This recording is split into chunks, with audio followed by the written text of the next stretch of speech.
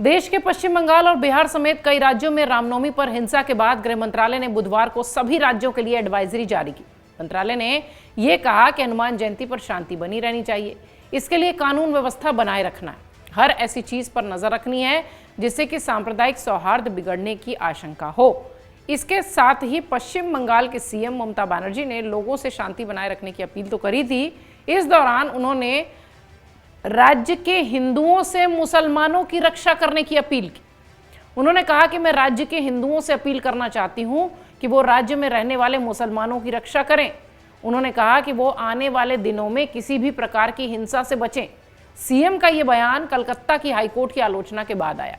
High court ने ममता सरकार को फटकार लगाते हुए किसी भी कीमत पर कानून व्यवस्था बनाए रखने का निर्देश दिया था।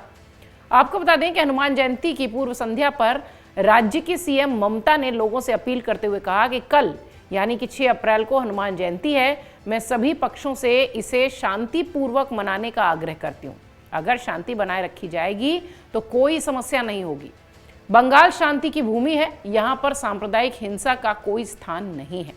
जहां धारा 144 लगी है वहां जुलूस नहीं निकालने का भी निर्देश दिया जा चुका है। कलकत्ता हाईकोर्ट ने सीएम ममता बनर्जी को निर्देश देते हुए कहा कि राज्य के जिन इलाकों में धारा 144 लगी है वहां किसी भी तरह से शोभा यात्रा नहीं निकलनी चाहिए।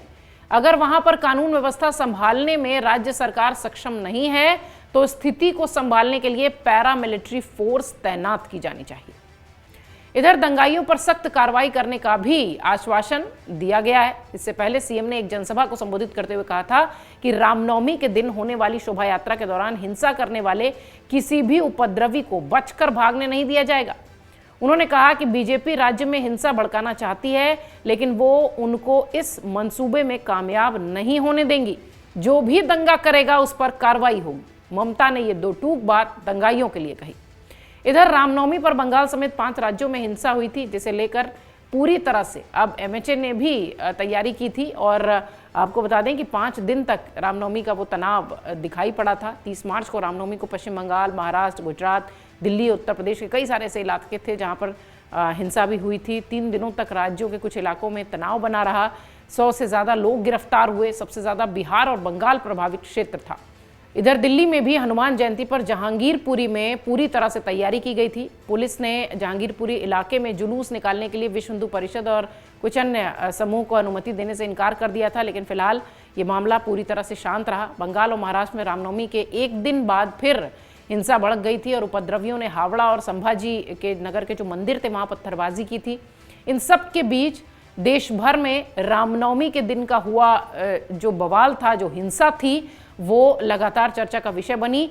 इसी संदर्भ में बाद में हनुमान जयंती को लेकर भी एमएचए की तरफ से भी अलर्ट किया गया। ममता बनर्जी को कोर्ट से भी आदेश हुआ, कोर्ट से भी निर्देश मिला। इसलिए ममता बनर्जी ने इस तरीके की बात पश्चिम बंगाल में भी कही। हालांकि चर्चा का विषय यह है कि ममता बनर्जी ने स्पष्ट शब्दों में कहा है कि हिंदू भाइयों से मैं अपील करती हूं कि वो मुसलमान भाइयों की रक्षा करें, सुरक्षा करें। इस बयान के बाद सियासत गर्म है और ममता बनर्जी अब एक के बाद एक दूसरे दल के राजनीतिज्ञों की वार झेल रही हैं। अमर उजाला अब आपके टीवी पर भी। अपने स्मार्ट टीवी पर YouTube पर सर्च करें अमर उजाला, चैनल सब्सक्राइब करें और देखें ताजा खबरें, वो भी HD क्वालिटी में। और हाँ, बेल आइकन दबाना ना भूलें ताकि हर खबर हो आपके घर। अमर उजाला, निष्पक्ष, निर्भीक, निरंतर।